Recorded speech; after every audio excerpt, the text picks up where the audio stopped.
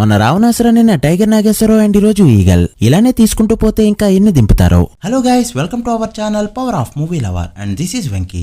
మాసరాజా Raviteja, Karthik Ghattamaneni direction లో చేసిన latest film Eagle ఈ రోజు తెలుగు అండ్ హిందీలో వరల్డ్ వైడ్ గా రిలీజ్ అయింది. కంబ్యాక్ కోసం రవితేజ గారు డైరెక్టర్ గా తన మార్క్ వేయడానికి కార్తిక్ ఘట్టమనేని చేసిన ఈ ఫిల్మ్ ఎంతవరకు వర్కౌట్ అయిందో, యాక్షన్ పరంగా మెప్పించిందా లేదా, అసలు మూవీ ఎలా ఉందో క్లియర్ గా తెలుసుకుందాం పదండి. అంతకంటే ముందు ఒక చిన్న రిక్వెస్ట్, మన ఛానల్ ని కొత్తగా ఎవరైనా విజిట్ చేస్తుంటే ఒకసారి ఛానల్ లోని కంటెంట్ చూసి నచ్చితే సబ్స్క్రైబ్ చేసుకుని మాకు సపోర్ట్ చేయండి అండ్ వీడియోని లైక్ చేసి మన ఇన్స్టా పేజ్ ని ఫాలో అవడం మాత్రం మర్చిపోవద్దు. ముందుగా ప్లాట్ విషయానికి వస్తే, నళిని అనే జర్నలిస్ట్ ఒక న్యూస్ పేపర్ లో వేసిన చిన్న ఆర్టికల్ నుంచి స్టోరీ మొదలవుతుంది. బట్ స్టోరీలో ఆమె ఇన్వాల్వ్మెంట్ ఉండదు.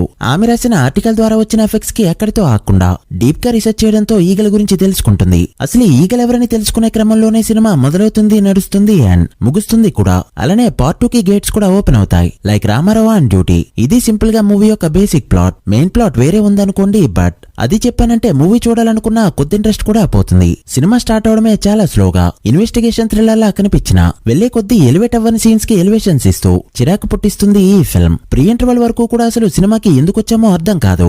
ప్రీ ఇంటర్వెల్ లో వచ్చే ఆ యాక్షన్ సీన్ ఒకటే కాస్త రిలీఫ్ ఇస్తుంది. బట్ ఆ ఇంటర్వెల్ బ్యాంగ్ ఏదైతే ఉందో అంత సాటిస్ఫైయింగ్ గా ఉండదు. ఎందుకంటే మామూలుగానే movie non linear screen play లో వెళ్తుందంటే ఆ నాన్ లీనియర్ లో కూడా ఒక ఫ్లాష్ బ్యాక్ లో ఏదో ఒక యాక్షన్ సీన్ లో ఇంటర్వెల్ కార్డ్ పడుతుంది. ఇక సెకండ్ హాఫ్ లోనైనా ఎంగేజింగ్ గా తీసుకెళ్తారు అనుకుంటే అక్కడ ఏకంగా లాంగ్ ఫ్లాష్ బ్యాక్ పెడుతూ అసలు ఈగల్ గురించి ఏం జరిగిందో, పెళ్లి ఎలా అయిందో, తనకి జరిగిన అన్యాయం ఏంటో వీటన్నిటిని చూపిస్తూ రొటీన్ టెంప్లెట్ సీన్స్ తో నింపేశారు. అలానే 2-3 పోస్ట్ క్రెడిట్ సీన్స్ తో పార్ట్ 2 బోర్డ్ ని మొహం మీద కొట్టి 90mm రాడ్ ని సాలిడ్ గా దింపాడు డైరెక్టర్. సినిమా మొత్తంలో ప్లస్ పాయింట్స్ ఉన్నాయా అంటే అది సినిమాటోగ్రఫీ అండ్ రవితేజ పర్ఫార్మెన్స్. అది కూడా ఓల్డ్ గెటప్ లుక్ లో ఉన్నప్పుడు ఇచ్చే పర్ఫార్మెన్స్ మాత్రమే. లాజిక్స్ కి 1/2 కిలోమీటర్ దూరంలో సీన్స్ ని రాసుకున్నాడు డైరెక్టర్. హీరో ఎన్ని తప్పులైనా చేయని, ఎన్ని విధవేషాలైనా వేయని, బట్ ఫైనల్ గా హీరోకు ఒక విగ్రహాన్ని పెట్టేసి దేవుణ్ణి చేయాల్సిందే. అందులోనూ ఇలాంటి స్టోరీలో రవితేజ గారిని పెట్టడం చాలా పెద్ద మైనస్ గా నాకు అనిపించింది. ఎందుకంటే తన లాస్ట్ ఫ్యూ మూవీస్ అయినా రావణాసుర, టైగర్ నాగేశ్వరరావులో కూడా సేమ్ హీరో ఏం చేసినా లోక కళ్యాణం కోసమే అన్నట్టు తయారవుతున్నాయి స్క్రిప్ట్స్. దయచేసి రవితేజ గారు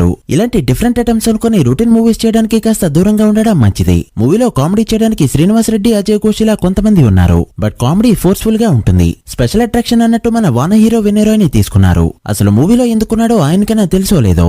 నవదీప్ రోల్ కూడా ఇంచుమించు ఇలాంటిదే. హీరోకి అక్కర్లేని బిల్డప్ ఇస్తూ అక్కడక్కడే తిరుగుతుంటాడు. మూవీలో ఎమోషన్ వర్కౌట్ అవ్వకపోవడం బిగ్గెస్ట్ మైనస్. ఫస్ట్ హాఫ్ లో ఒక యాక్షన్ సీన్, సెకండ్ హాఫ్ లో ఒక యాక్షన్ సీక్వెన్సెస్ బాగున్నాయి. సాంగ్స్ ఉండేవి రెండే అయినా రెండు బాలేవు. టెక్నికల్ గా మూవీ కొన్ని డిపార్ట్మెంట్స్ లో సూపర్ అని చెప్పొచ్చు.